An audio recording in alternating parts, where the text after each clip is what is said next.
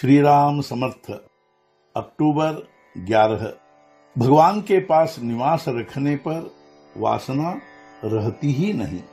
कोई बहुत बड़ा दुष्ट मनुष्य हो तो हम कहते हैं कि पिछले जन्म में वह कसाई होगा, लेकिन ऐसा कहना सही नहीं है। मनुष्य को वासना के कारण जन्म प्राप्त होता है, कर्म के कारण नहीं। अतः कर्म कभी भी टालना नहीं चाहिए।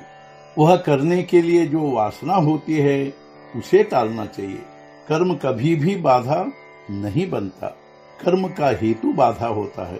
अधिकारी के आगे सिपाही चलता है, वैसे कैदी के आगे भी चलता है, किंतु इसमें जो फर्क है वही संत की और हमारी वासना में है। हम विषय को वासना की खाद डालते हैं और विषय में ही फंस जाते हैं। सत्संग के बिना वासना का क्षय नहीं होगा। संगति से मन पर परिणाम होता है। वासना किसी भी अन्य उपायों से तृप्त होने वाली नहीं है। भगवान के पास ही हमारा निवास रखेंगे तभी वह होगी। वासना का मतलब है विषय के पास का वास यानी निवास, और ना यानी नहीं, अर्थात वास ना यानी निवास नहीं। प्रातः काल से शाम तक, रात तक वासना के कारण सभी कर्म एक दूसरे में अटक गए हैं। वृद्ध और युवक दोनों की वासना समान ही है। मैं अब ऊब गया हूँ, ऐसा कहने पर भी वासना हमें नहीं छोड़ती, और मृत्यु के बाद भी वासना हमारे साथ आती है। जैसे परमात्मा चिरंजीव है, वैसे वासना भी चिरंजीव है। वासना या लोभ की 3 अवस्थाएं हैं। एक है आस, दूसरे है हवस और तीसरे है लगन। आस का मतलब है कोई वस्तु प्राप्त होने की इच्छा होना। हवस में हमें लगता है कि वह वस्तु हमारे पास निरंतर हो, और लगन में हमें उस वस्तु के बिना कुछ सूझता ही नहीं। बहुत बड़ा पेड़ यदि काटना हो तो पहले उसकी शाखाएं तोड़नी पड़ती है, फिर बाद में तना काटा जाता है।